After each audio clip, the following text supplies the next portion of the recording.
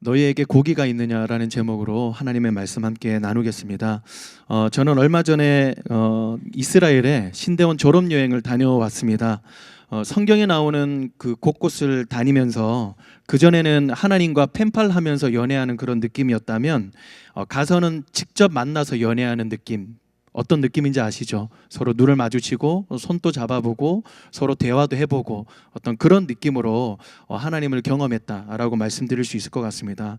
가장 좋은 것을 꼽으라고 하면 저는 오늘 본문의 배경인 바로 갈릴리 호수를 꼽을 수 있을 것 같아요. 1절에는 디베랴 호수라고 이야기를 하고 있지만 같은 갈릴리 호수도 디베랴 지역에서 보면 디베랴 호수라고 이야기를 하고요. 그 다음에 게네사렛 지역에서 보면 게네사렛 호수라고 이렇게 이야기를 하고 있습니다. 제가 개인적으로 찍은 사진인데요. 한번 보여주실래요? 잘 보이시나요? 여기는 제부도 앞바다가 아니고요. 제가 갈릴리를 갔을 때 찍은 사진입니다. 그래서 여기 앞에 보면 성령의 비둘기 같은 새가 한 마리 이렇게 날아다니고 뒤에는 이렇게 배가 둥둥 이렇게 떠다니는데요. 끝없이 펼쳐진 수평선과 에메랄드 빛의 호수를 보니까 자연스럽게 한 성경의 장면이 떠올랐습니다. 그게 뭐냐 보니까 바로 오늘 본문에서 베드로와 제자들이 함께 물고기를 잡으러 가는 그런 모습이 떠오르지 않았겠습니까? 뭐 준비한 그물을 이렇게 끌고 가기도 했을 거고, 그리고 막 제자들은 이제 배를 향해서 이렇게 나아가기도 했습니다. 그래서 뒷모습을 한참이나 한번 상상을 해보는 그런 시간을 한번 가져봤는데요. 어떤 학자들은 이 제자들이 예수님의 명령에도 불구하고 고기를 잡으러 가는 것은 제자들의 직무유기다라고 이야기를 하기도 하고, 아니면 뭐 넉넉히 앉아 있을 수 있느냐, 생계를 책임져야 되지 않겠느냐, 그래서 이제 책임있는 행동이다라고 이야기를 하고 있지만, 그러나 제가 비교를 하지 않을래도 않을 수 없는 그런 장면이 하나 또 떠올랐는데요. 바로 누가복음 5장이 함께 떠올랐습니다. 오늘 본문하고 상당히 비슷한 장면이라고 할 수 있죠. 그 갈릴리 호숫가에서 예수님은 베드로를 만나셨습니다. 그리고 밤새 수고해도 아무것도 잡은 것이 없을 때 예수님이 나타나셔서 깊은 데로 가서 그물을 던지라 라고 얘기를 하셨고, 대박 많이 잡게 되었죠. 그리고 예수님은 놀라는 베드로에게 이렇게 이야기를 합니다. 무서워하지 말아라. 이제 후로는 너가 사람을 취하리라. 그리고 베드로, 요한, 야고보는 배들을 육지에 대고 모든 것을 버려두고 예수를 따르니라 라고 누가복음 5장에서 말을 하고 있습니다. 모든 것을 버려두고 예수를 따르기 시작한 그 제자들에게 꿈이 있지 않았겠습니까? 포부도 있었을 것입니다. 지금까지는 내가 물고기를 잡았다면 이제는 예수님의 말씀처럼 사람을 취할 것이다. 이전보다 훨씬 더 가치 있는 삶을 살 것이다 라고 아마 거대한 꿈을 품게 되었을 겁니다. 그러나 3년이 지난 지금 요한복음 21장은 다시 제자리 걸음입니다. 비록 주님은 부활하셨지만 3년간 따른 주님을 배반한 그런 제자들이라는 딱지를 그들에게 붙이고 있었습니다. 그렇게 그들은 아마 마음이 좋지 않았을 겁니다. 시작은 야심찼는지는 몰라도 그 끝은 실패였습니다. 얼마 전 어떤 청소년하고 그리고 어떤 어머니가 저에게 그 상담을 요청을 해왔습니다. 우리 교회는 아니고요. 제가 허락을 받고 이렇게 나누게 됐습니다. 이 친구가 다니는 학교에서 계속해서 문제를 일으키는 거예요. 그러다 보니까 여러 가지 일로 이렇게 엄마와의 어떤 신뢰관계가 깨어지게 됐습니다. 그래서 이 친구에게는 이 집이 안락한 공간이 아니라 아주 차가운 곳이었어요. 그래서 바깥에서도 전쟁터인데 집에 들어와도 이건 더 전쟁터인 거예요. 한 번은 친구들하고 막 싸우지 않겠습니까? 그래서 때리고 들어오면 야, 너는 왜 가만히 있는 애를 때리냐? 라고 이렇게 뭐라고 하고요. 또 싸우다 보면 맞고 들어오는 날도 있지 않겠습니까? 그러면 이렇게 얘기를 해요. 네가 뭐 잘못했으니까 맞았겠지. 너무나 막 답답한 마음에 막 스스로 자해도 하고 그런 어려운 시간들을 거치고 있는 친구였습니다. 거의 막바지 부분에 이 친구는 스스로 이렇게 얘기를 했어요. 자기가 생각을 할 때 내 인생은 스스로 너무 잘못 살아온 것 같다. 할 수만 있다면 지난 시간들을 그냥 다 지워버리고 싶다 라고 이렇게 이야기를 했습니다. 여러분, 이 친구라고 부모님을 기쁘시게 해드리고 싶지 않았겠습니까? 신뢰받고 싶지 않았겠습니까? 그러나 남는 것은 불신과 실패였습니다. 여러분, 그러면 어머니라고 마음이 편할까요? 아이를 한번 잘 키워보겠다고 갖은 노력을 아마 다 했을 것입니다. 그런데 아들의 입에서 나오는 말이라고는 내 인생을 헛살았다, 모든 것을 지워버리고 싶다 라는 말을 들을 때 얼마나 마음이 무너졌겠습니까? 그 순간에 통곡을 하는 것을 보았습니다. 혹시 우리들 중에는 한번 잘해보려고 했는데 절망으로 마무리한 적은 없으십니까? 뭔가 야심차게 한번 시작을 했는데 남은 것은 실패로 결론 지어진 것은 없으십니까? 그렇다면 우리 본문의 이야기는 더 이상 성경의 이야기만이 아니라 바로 우리들의 이야기인지도 모르겠습니다. 제자들의 실패는 계속됩니다. 배에 올라서 다시 그물을 던져보겠다는 어떤 시도도 무참하게 끝나버립니다. 밤새도록 그물을 던졌지만 돌아오는 것은 빈 그물이었습니다. 심지어 오늘 본문 7절을 보니까요, 베드로가 옷을 벗고 일을 했다라고 하지 않습니까? 그것은 최선을 다한 거예요. 제자들은 이 한계에 직면했습니다. 밤새도록 한계를 마주하고 있는 이 제자들 뒤로는요, 예수님이 지금 서 계시는 거예요. 이 장면을 제가 좋아하는 카일 아이들먼이라고 하는 목사님이 계시는데 그분이 이렇게 이야기를 했어요. 책 제목이기도 한데요, 나의 끝, 예수의 시작이라고 이야기를 했습니다. 제자들의 끝은 바로 예수님의 시작이었다는 겁니다. 다른 말로 예수님의 시작은 바로 제자들의 끝에서부터 시작을 했다는 겁니다. 여러분, 이 장면은요, 우리를 만나주시는 장면이기도 합니다. 하나님이 우리를 만나주실 때 우리의 한계를 깨닫게 하시잖아요. 우리는 생각보다 무능합니다. 할 수 있는 것이 별로 없어요. 우리는 생각보다 무지합니다. 아는 것이 없어요. 이것을 할 때 비로소 나는 죽고 예수로 산다는 말이 이해가 되는 겁니다. 우리가 언제 하나님의 말씀을 의지합니까? 언제 기도합니까? 우리가 주님을 떠나서는 아무것도 할 수 없습니다 라는 것을 인정할 때 아니겠습니까? 우리가 한계에 직면할 때 비로소 우리의 끝은 끝나고 바로 예수 그리스도의 시작이 되는 줄로 믿습니다. 창세기 18장 27절에 보니까요, 이렇게 이야기를 합니다. 다 같이 한번 아브라함의 기도를 한번 읽어볼까요? 시작. 아브라함이 대답하여 이르되 나는 티끌이나 재와 같사오나 감히 죽게 아뢰나이다. 아브라함이 하나님께 기도할 때 자기 자신을 지금 어떻게 생각을 하고 있습니까? 티끌이라고 이야기를 하고 있습니다. 티끌은요, 원문은 먼지라고 할 수 있어요. 다른 말로 먼지 같은 나라도 감히 하나님께 아뢰입니다 라고 지금 기도하고 있는 겁니다. 여러분, 그거 아십니까? 우리의 원재료는 먼지입니다. 우리는 흙에서 취함을 받았고 다시 흙으로, 다른 말로 먼지로 돌아갑니다. 대단한 것 같아도, 많은 것들 이루는 것 같아도 별거 아니에요. 주님 없는 인생은 빈 그물입니다. 밤새도록 빈 그물만 건져 올리는 제자들에게 예수님은 물으십니다. 5절인데요, 이렇게 물어보세요. 예수께서 이르시되 얘들아 너희에게 고기가 있느냐? 뭐라고 얘기하죠? 대답하되 없나이다 라고 이야기를 하고 있습니다. 보통 이 신약 성경에서는요, 이 고기라는 단어를 쓸 때 헬라어 이투스라는 단어를 씁니다. 그러나 여기에서는 너희에게 고기가 있느냐, 이 고기는 프로하기온이라는 단어를 쓰는데요, 성경에 나오는 단어가 아니에요. 예수님이 유일하게 지금 이 장면에서 쓰시는 그런 단어라고 할 수 있습니다. 이거는 단순히 그냥 고기라는 그런 뜻을 가지고 있기보다는 소중한 음식, 귀중한 것이라는 그런 뜻을 가지고 있습니다. 너희에게 고기가 있느냐? 라고 물으시는 질문은 다른 말로 너희에게 소중한 것이 있느냐? 라는 말로 풀이를 할 수 있습니다. 제자들의 대답은 없나이다.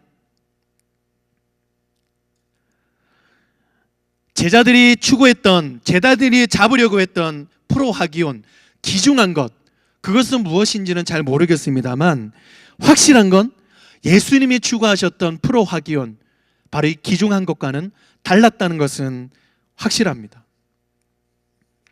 제가 최근에 한 책을 읽으면서요, 한 사자성어에 꽂혔어요. 그것은 바로 이 연목구어라는 단어인데요. 뒤에 보이시죠? 이 단어의 뜻은 바로 나무에 집착해서 고기를 구한다라는 그런 뜻을 가지고 있습니다. 헛된 곳에서 헛된 것을 구한다는 거죠. 여러분, 고기를 구하려면 어디로 가야 돼요? 횟집이나 바다로 나가야 되지 않겠습니까? 그런데 지금 나무에 올라가 가지고 지금 고기를 구하고 있는 겁니다. 그게 바로 연목구어라는 단어로 헛된 것을 구하는 것을 일컬어서 이렇게 이야기를 하고 있습니다. 저 스스로에게 날마다 이렇게 되뇌이고 있습니다. 막 나를 드러내고 싶은 그런 마음이 생기면 연목구어, 헛된 것에 마음을 쏟지 말자. 막 내 인생을 막 인정받고 싶어하는 그런 인정 욕구가 생기면 연목구어. 야, 그냥 나무에서 고기를 구하는 거야. 그러지 마. 유혹이 막 다가올 때 연목구어. 그거 아니야. 미워하고 막 분노하는 마음이 막 생기거나 막 조바심하는 그런 마음이 생기면 뭐라고 하겠습니까? 연목구어. 야, 네가 지금 거기에서 고기를 구할 것이 아니야. 헛된 거야. 효과 있습니다, 여러분. 한번 해보십시오. 좋은 효과가 있을 겁니다. 내가 진짜 추구해야 하는 고기는 뭐 인정을 받거나 나를 드러내거나 악착같이 경쟁해서 성취하고 조바심 내서라도 어떻게든 가지려고 하는 그런 것이 아니라 다른 것이다 라는 것을 스스로에게 날마다 되뇌이는 거예요. 연목구어를 통해서. 여러분, 예수님이 추구하신 고기는 무엇이었을까요? 그것은요, 바로 사랑이었습니다. 요한복음 13장 1절에 보니까요, 다 같이 한번 읽어볼까요? 시작. 유월절 전에 예수께서 자기가 세상을 떠나 아버지께로 돌아가실 때가 이른 줄 아시고 세상에 있는 자기 사람들을 사랑하시되 끝까지 사랑하시니라. 여러분, 지금 보십시오. 예수님은 곧 있으면 자기가 어떻게 죽을지를 다 알고 계셨습니다. 그냥 영화를 보는 것처럼 훤히 보고 계셨어요. 그 죽음이 얼마나 야만적이고 또 얼마나 비참할지 누구도 몰랐지만 예수님은 스스로 알고 계셨습니다. 그리고 3년 동안 함께했던 이 제자들은 모두 도망가고 심지어 수제자는 자기 자신을 저주할 거라는 것을 예수님은 알고 계셨습니다. 베드로에게 예언하셨지 않습니까? 여러분, 예수님도요, 제자들을 버리고 도망갈 수 있었습니다. 그렇다고 해서 누가 예수님을 비난할 수 있겠습니까? 그런데요, 예수님은 그 사람들을 사랑하시되 어떻게 해요? 끝까지 사랑하시느라. 주님 자신의 목숨보다 사랑이 더 우선이었던 것입니다. 당시에는 스승의 뒤를 따라, 대장의 뒤를 따라 함께 싸우다가 죽는 제자들과 그리고 쫄병들이 많았습니다, 이스라엘에는.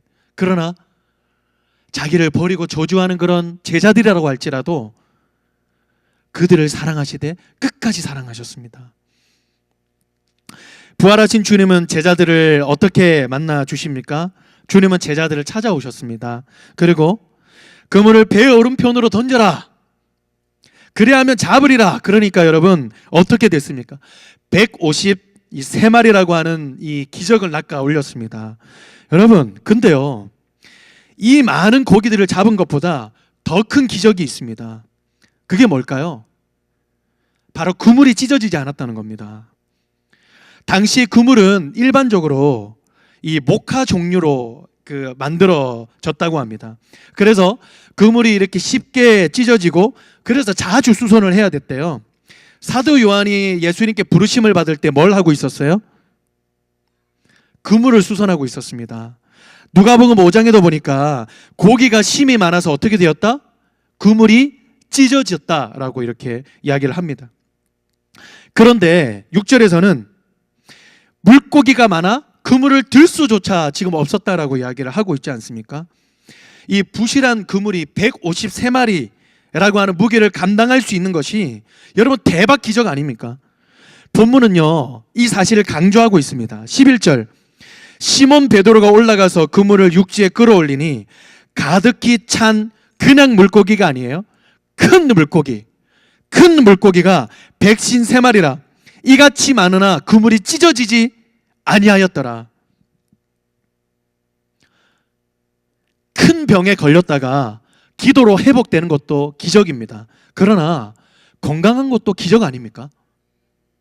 차가 막 폐차가 될 정도로 교통사고가 크게 났는데 뭐 거기에서 살아난 것도 여러분 기적입니다. 교통사고 나지 않은 것도 기적입니다. 자녀가 막 1등하고 좋은 학교 가는 것도 여러분 기적이지만 자녀가 내 옆에 있다는 것도 기적입니다. 태국 선교를 가가지고요, 중등부 애들이랑 함께 선교를 하는데 아침이 됐어요.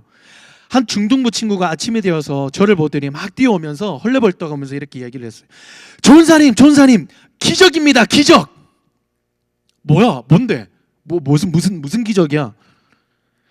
태국에서도 태양이 떠올랐어요. 야, 그럼 아침에 달이 떠오르겠냐? 제가 그렇게 얘기를 했지만 오늘 아침에 여러분 태양이 떠올랐다라는 것도 기적 아닙니까? 그리고 제가 오늘 말씀을 준비하면서 그런 마음이 계속 생기는 거예요.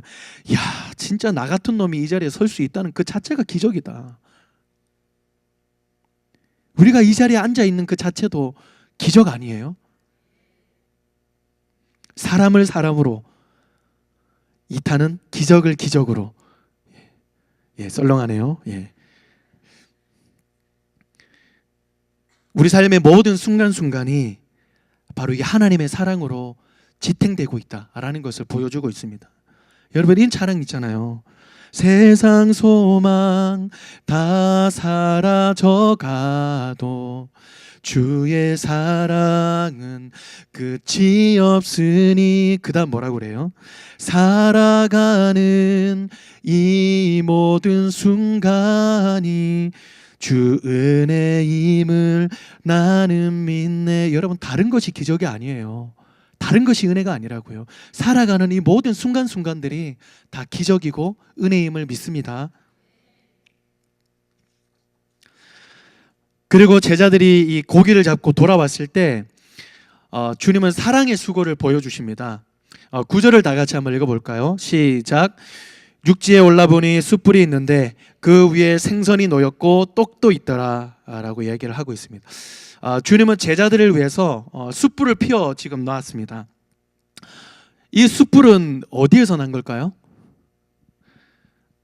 그냥 아이언맨처럼 쫙 이렇게 불 딱 해가지고 그냥 나무를 숯으로 이렇게 만들고 막 이렇게 했을까요? 막 초자연적으로? 캠벨 몰간 목사님은 이런 생각을 굉장하게 강력하게 반대를 하더라고요. 그거 아니라고. 이거는 자연적인 거라고.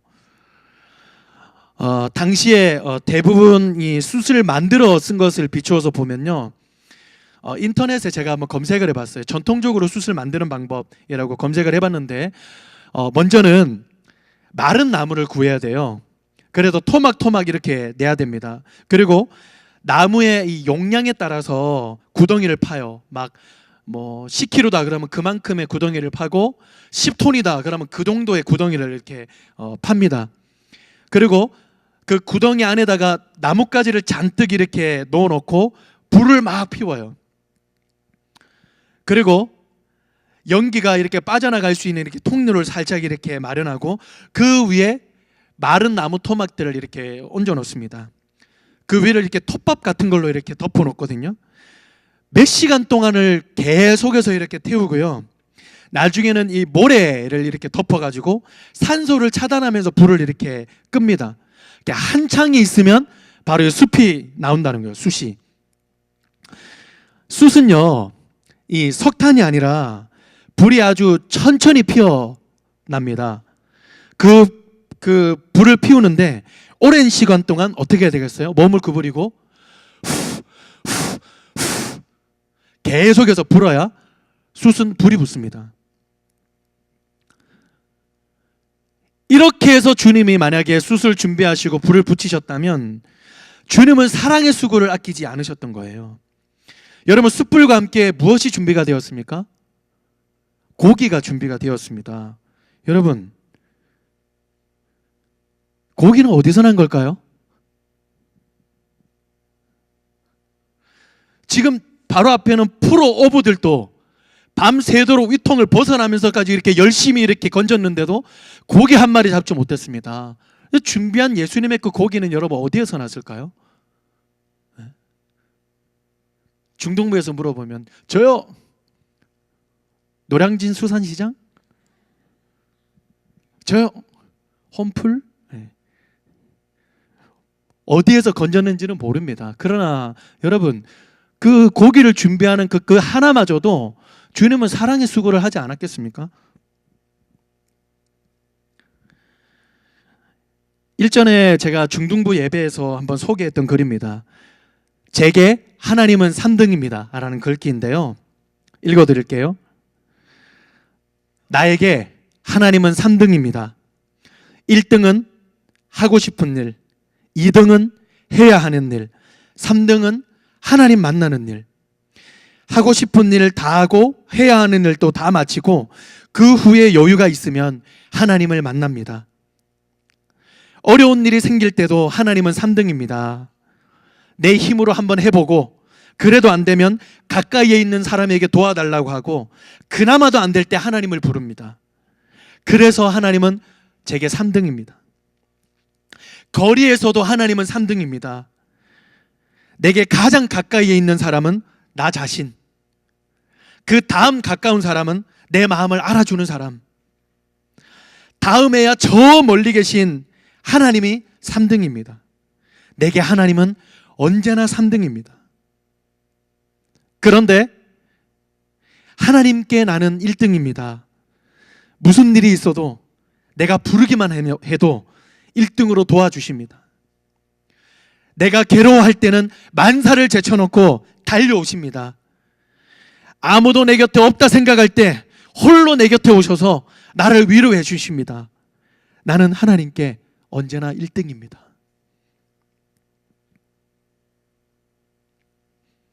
주님은 사랑이십니다.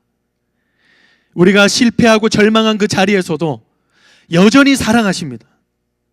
우리를 회복시키시고 다시 시작하게 만드십니다.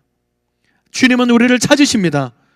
새벽 날개치며 바다 끝까지 가서 거할지라도 거기에서도 주의 손이 인도하시며 주의 오른손이 나를 붙드십니다. 믿습니까? 존 스타트라고 하는 그 저자는 이렇게 이야기를 했습니다. 이 주님이 안 계셨다면 헛되고 버림받은 이 쓰레기 더미 위에 나는 지금 놓여 있었을 것이다. 우리에게 이런 경험이 없으십니까? 절망하고 실패하고 빛이 없는 어둠 가운데서도 주님은 찾아오셔서 얘야, 너희에게 고기가 있느냐? 얘야, 너는 지금 무엇을 찾고 있느냐? 말씀을 먹이시고 내가 있노라 말씀하시면서 만나주시는, 숯불을 준비하시고 고기를 준비하시고 떡을 준비하셔서 사랑의 수고를 통하여 우리를 다시금 회복시키시는 그 주님이 우리들 가운데 계십니까?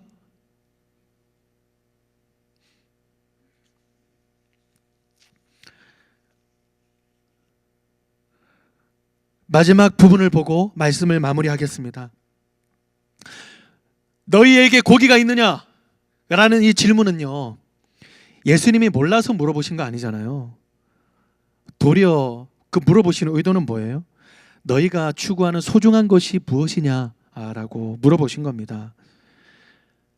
아까도 얘기를 했지만 확실한 것은 제자들이 추구했던 이 고기와 예수님이 추구하신 고기는 여러분 달랐습니다. 신앙이 뭘까요? 믿음이 뭘까요? 예수님 고기 따로, 내 고기 따로. 교회 왔을 때는 좀 비슷한 것 같은데 나가면 추구하는 거 다 따로 등지고 살아가는 것이, 여러분 그게 믿음입니까? 진짜 믿음이 무엇입니까? 예수님이 추구하시는 그 고기, 바로 저의 고기가 되기 원합니다. 그것을 위해서 몸부림치는 것, 여러분 그게 바로 진짜 믿음이고 신앙 아닙니까? 예수님의 고기는 사랑이었는데요, 그 사랑으로 베드로를 찾으십니다. 그리고 베드로가 일전에 예수님을 3번 부인한 것처럼 질문을 3번 하시죠. 여러분 이거는 다 아시잖아요. 그래서 베드로를 회복시키시고 직면시키시고 다시금 사명을 부어주시는 그런 장면이 계속해서 이어진다라고 할 수 있습니다.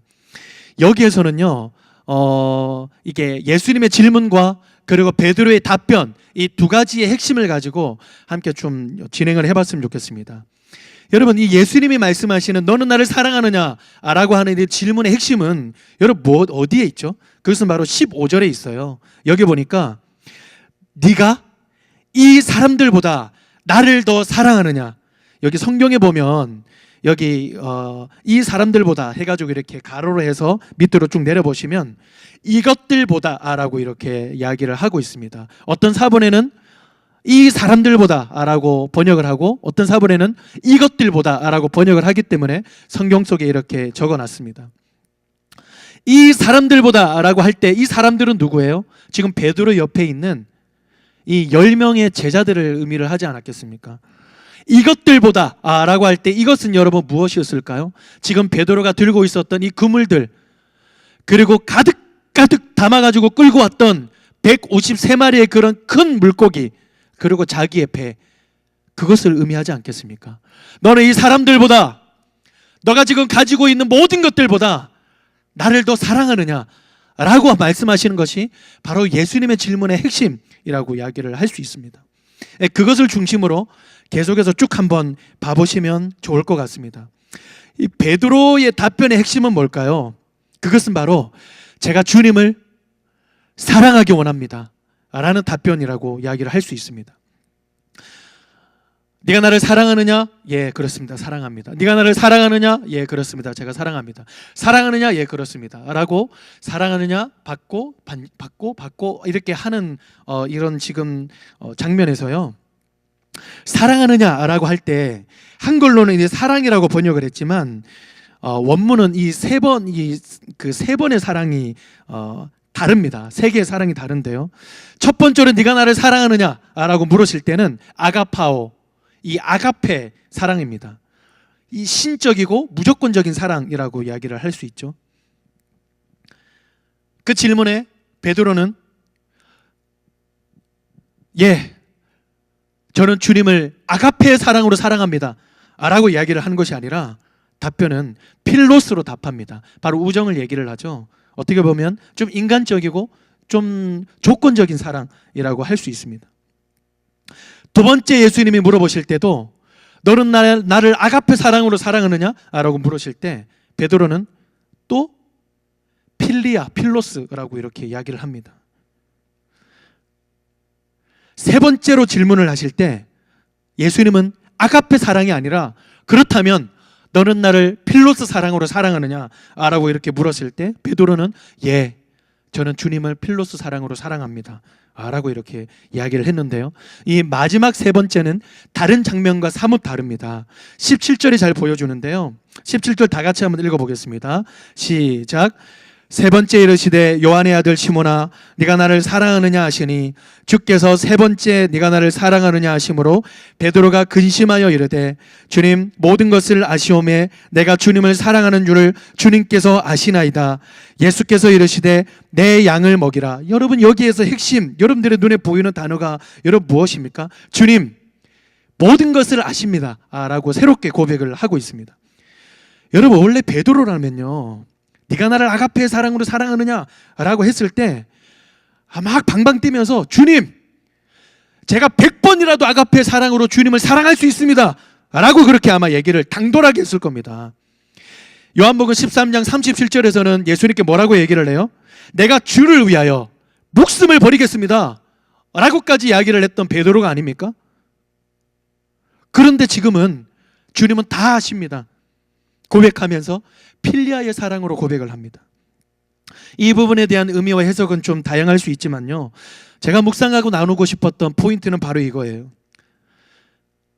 세 번째 예수님이 베드로에게 질문을 하실 때 네가 나를 사랑하느냐, 조금 다른, 살짝 좀 느낌이 다르지만 네가 나를 사랑하기 원하느냐, 예 주님 사랑합니다 그러고 말고요, 이게 아니라 예 주님 아시죠?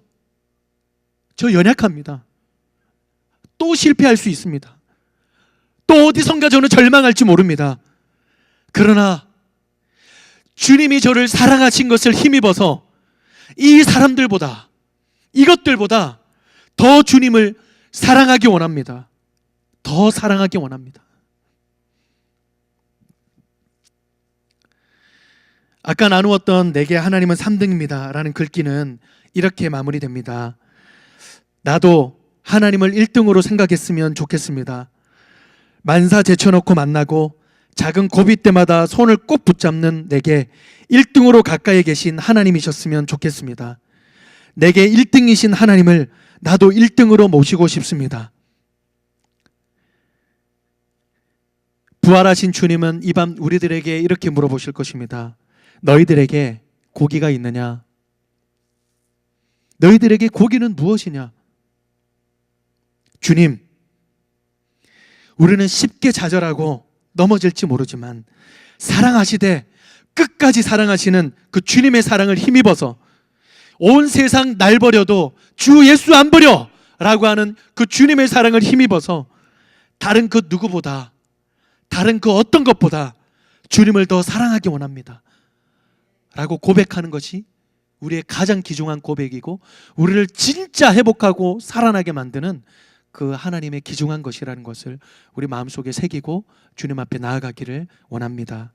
오늘 찬양을 준비를 했는데요, 이 찬양, 이 말씀을 준비하면서 계속 제가 되뇌었던 찬양이에요. 이 찬양은요, 가사는 간단합니다. 그러나 핵심이 있어요. 내가 그 어떤 것보다, 내가 이 세상의 그 누구보다도 예수님을 더 사랑하기 원합니다. 더 사랑하게 해주십시오. 사랑해 주십시오 라고 하는 어떤 간절한 바램들이 담겨있는 그런 찬양인데요, 내 구주 예수를 더욱 사랑이라는 찬양을 하면서 주님, 저는 연약하지만, 저는 부족하지만 주님이 아시는 것처럼 저도 베드로와 같이 주님을 부인하고 때로는 주님을 떠날 때도 참으로 많이 있는 먼지와 같은 그런 존재임을 주님이 아시지 않습니까? 그러나 나의 가장 귀중한 고기는 주님을 이 세상 그 누구보다도, 그 어떤 사람들보다도 사랑하는 것입니다. 주님을 더 사랑하기 원합니다. 더 사랑하기 원합니다. 그런 마음을 담아서 이 시간 이 찬양으로 하나님 앞에 나가기를 원합니다.